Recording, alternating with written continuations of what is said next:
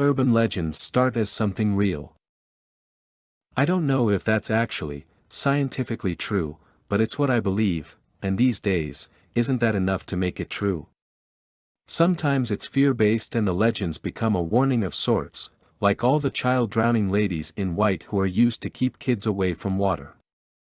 Other times, it's as benign as Granny getting scared by a big, black dog while out on an evening stroll and suddenly everyone knows somebody who's seen that same dog and they definitely died after, but only once they'd made sure to mention it to other people, of course. The dog grows, its eyes turn red, maybe its panting breath starts stinking of brimstone, and sweet little Rover is now the scourge of the countryside, a portent of death to any who look upon him. Ours started as a gardener. Back in the early 1900s, a man by the name of Arthur Daly came to Yarrowmarch in search of work. It was, and still is, a small New England town, but even small towns need their gardeners, and he found employment soon enough. He made quite the name for himself by way of his green thumb, and he became responsible for tending all the public spaces, including the schoolyard. Everyone loved Arthur Daly. What nobody can seem to agree on is who was the first to go missing. By some accounts, it was the pastor's daughter. Others claim it took a few disappearances before he worked his way up to such a notable victim. But the kids went missing regardless, 7 of them between the ages of 9 and 18, confirmed by piecemeal town records with muddied dates. I'm sure you can see where this is going. People began doing the math, when he arrived versus when they started keeping the doors locked, and asking themselves how do Mr. Daly's gardens grow. As it turned out, with silver bells and cockle shells, and all the children in a row. I've heard a photo exists of some townsfolk and the pulp formerly known as Arthur Daly, but I've never been able to find it. Not sure I really wanted to. Kind of a grim souvenir for a very dark period. Normally that would have been the end of it. They dumped his body in a hole in the woods and moved on until nobody remembered the name of the murderous town gardener. Except they didn't.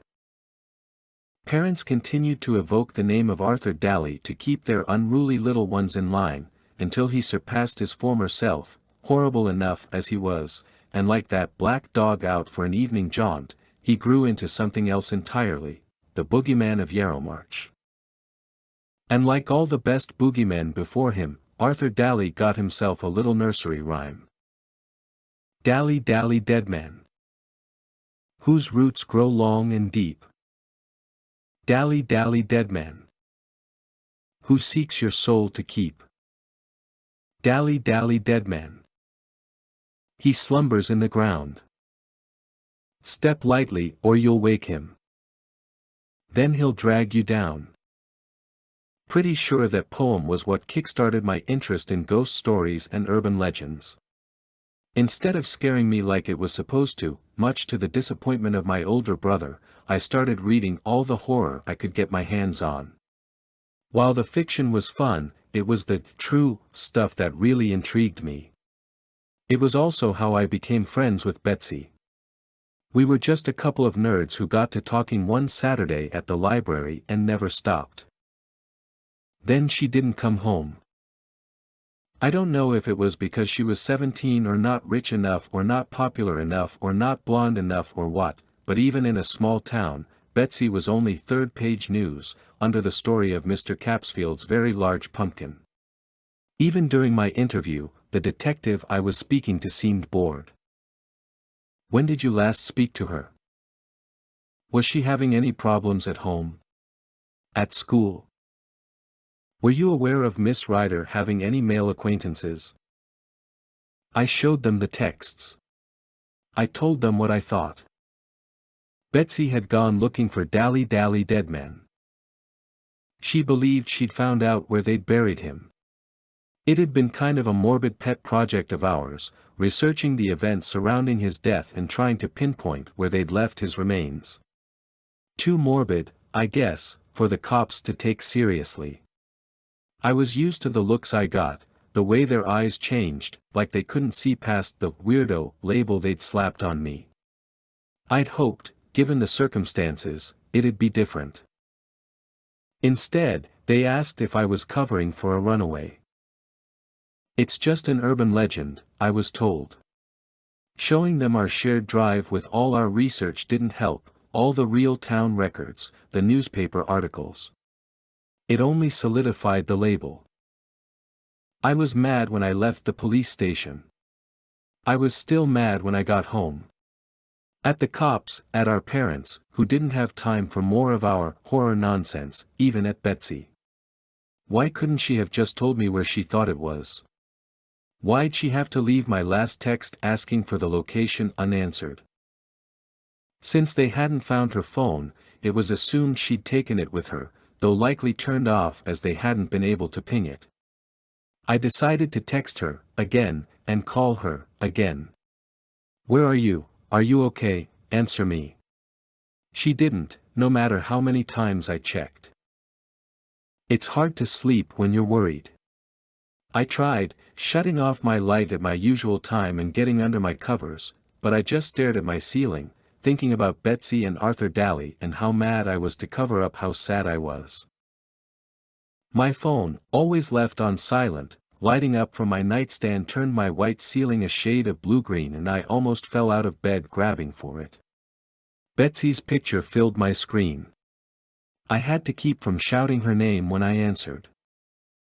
The line was quiet, and I said her name again. "Dally Dally Deadman." Her voice was a whisper, but I knew it anyway. I said all the same things I had before: "Where are you? Are you okay? Answer me." I didn't think a phone call could be so quiet and had to check she was still there, when she whispered, "Whose roots grow long and deep." I told her to knock it off, but her paper-thin voice came through again. "Dally Dally Deadman. Who seeks your soul to keep? Dally Dally Deadman. In Yarrowmarch he hides. Make sure you don't go looking for the one that never dies." There was no emotion in her voice. No change in tone or pace. Only a flat whisper. When I told her she was scaring me, she started again, all the way through. "Dally Dally Deadman." I don't know why I told her those weren't the right words. It was a stupid thing to get caught up on, but my brain just kept repeating, "It's not right, it's not right." "Dally Dally Deadman." She only stopped when I started screaming for my parents. My phone showed I'd just had a call, that it lasted as long as I said it did, but the number wasn't Betsy's. I cried and shouted it was her. But Dad looked it up online and showed me it came back on a bunch of those, "Whose number is this?" sites labeled as spam. They took me to the police anyway, where I was told the same thing. Spam. Her phone is off. Hasn't been on. Must have been a nightmare. Mom let me take a Benadryl when we got home. If I couldn't get to sleep naturally, store-bought was fine. I just wanted to put the day behind me. I crawled back into bed with my phone face down on the nightstand in case it rang again. I shut my eyes, willing the Benadryl to do its work.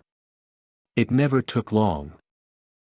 But as I was just beginning to drift off, I swear I heard Betsy's monotone voice whispering, barely perceptible, from my phone. "Dally Dally Deadman." I had wild, frightening dreams of long-stemmed flowers that bowed with the weight of the head sprouting from their ends. They all looked like Betsy. They all wept. Mom didn't need to be convinced that I should stay home the next day. My head felt full of sand and my stomach bubbled. I just wanted to stay in bed. Mom said stress could do that to you. She left me crackers and ginger ale in case I felt up to eating and went to work, leaving me home alone. I wasn't able to fall back asleep, but kept my face buried in my comforter with my eyes squeezed shut. My phone, always left on silent, dinged. It had been so long since I heard any notifications, I wasn't sure if it was a voicemail or text. I tried to ignore it. I only thought I'd heard it. It was the stress, like Mom said. Then it dinged again. And again. And again and again and again. I slammed my hand over my phone and lifted it.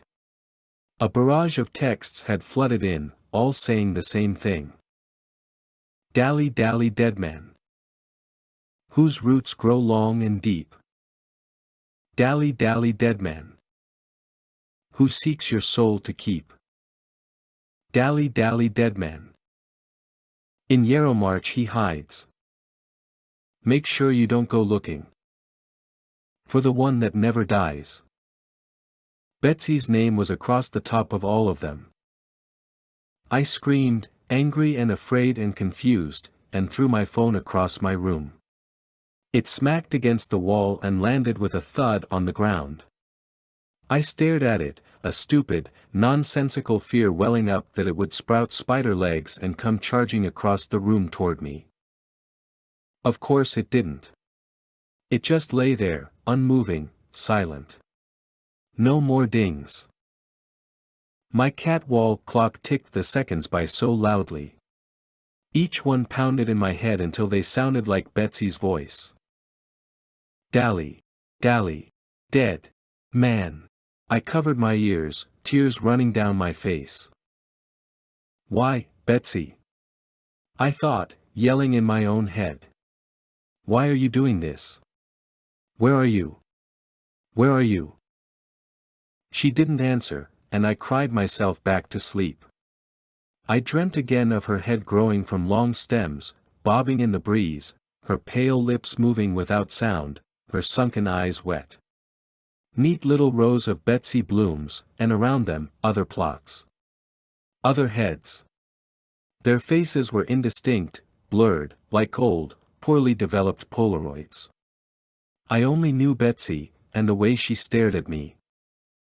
When I woke up, the image of her flower heads was still sharp. I knew why she was doing this. I'd seen it in her face. My legs felt like jello when I got up and went to get my phone. Its screen was cracked, something I usually would have been devastated by, but all I could think about was Betsy and the way she was begging for help. Begging me to help her. And I knew where to look. The place where we always stored the information we couldn't wait to share and pore over together. The texts were gone. It barely registered as I went to our shared drive. I scrolled through our research, carefully organized in subfolders, until I came to Dally Dally Dead Man.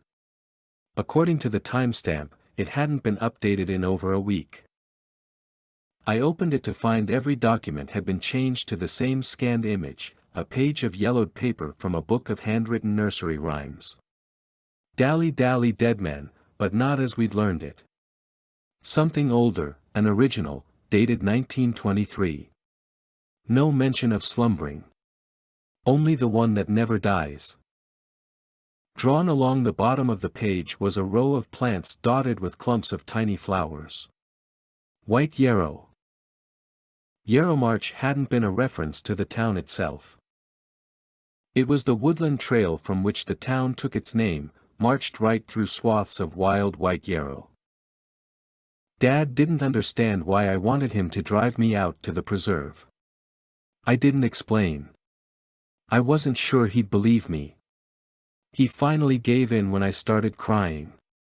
He kept asking what was wrong, what was at the preserve, begging me to talk to him. The car hadn't stopped completely before I was jumping out and running past the entrance signs, the barriers, down the path into the woods. Dad chased behind, calling my name. Everyone knows where the march is. It's a popular hiking trail and field trip destination.